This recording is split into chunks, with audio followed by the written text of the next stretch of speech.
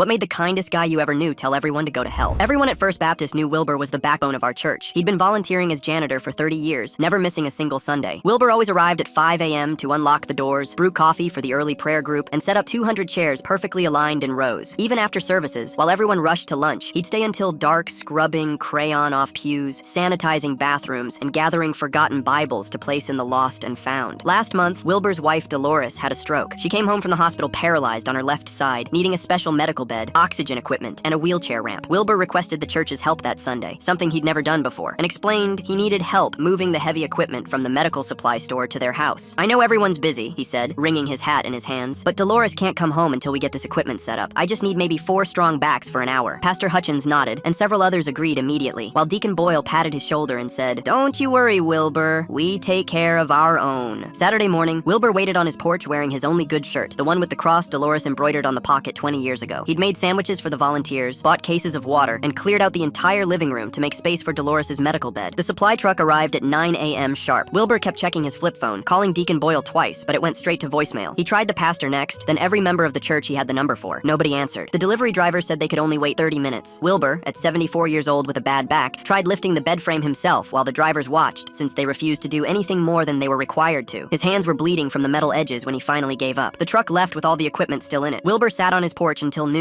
those sandwiches going stale in the sun. That evening, he opened Facebook on Dolores's tablet. There was Boyle, posting photos from the mall with his entire family. Pastor Hutchins had checked in at Topgolf, along with half the younger generation. Every single person who'd promised to help had been out having fun, while Wilbur sat waiting. The next morning, Wilbur still showed up at 5 a.m. to unlock the church. He set up every chair, made the coffee, and turned on the heat. But before Hutchins could start, Wilbur stood up and announced, "I wanted to thank everyone who helped yesterday." The entire church shifted uncomfortably. Boyle actually had the nerve to speak up. "Wilbur, buddy, you know how Saturdays are. Everyone's got family obligations. Maybe you should have picked a better day." A few people murmured agreement. "Besides," Pastor Hutchins added, "you can't just ask our brothers and sisters for such a huge burden." Wilbur stared at them for the longest moment, his jaw working like he was chewing something bitter, and then he snapped. 30 years, Wilbur said, his voice suddenly sharp as broken glass. 30 goddamn years of cleaning up after every single one of you. Everyone gasped all at once, unable to believe that Wilbur had just raised his voice. "You," he pointed at Boyle, "your daughter had her wedding here. Who decorated for free? Who stayed until 3 a.m. cleaning up when your drunk relatives destroyed the hall? Who paid to replace the tablecloths they ruined with red wine?" His voice rose with each word. "Pastor Hutchins, when your gambling problem meant the church couldn't pay utilities, who covered the electric bill for 6 months?" The pastor's face turned purple. Wilbur pulled out his massive keyring, the one everyone recognized. "You want to know something? I changed every lock in this building yesterday afternoon. Every single one. Your Christmas service is in 3 days. Good luck getting in." He walked down the aisle past the stunned faces. Dolores needed just 1 hour. 1 hour and 30 years. Merry effing Christmas. The church door slammed so hard the stained glass windows rattled. The church had to hold Christmas service in the parking lot in freezing weather, and no one has seen Wilbur since.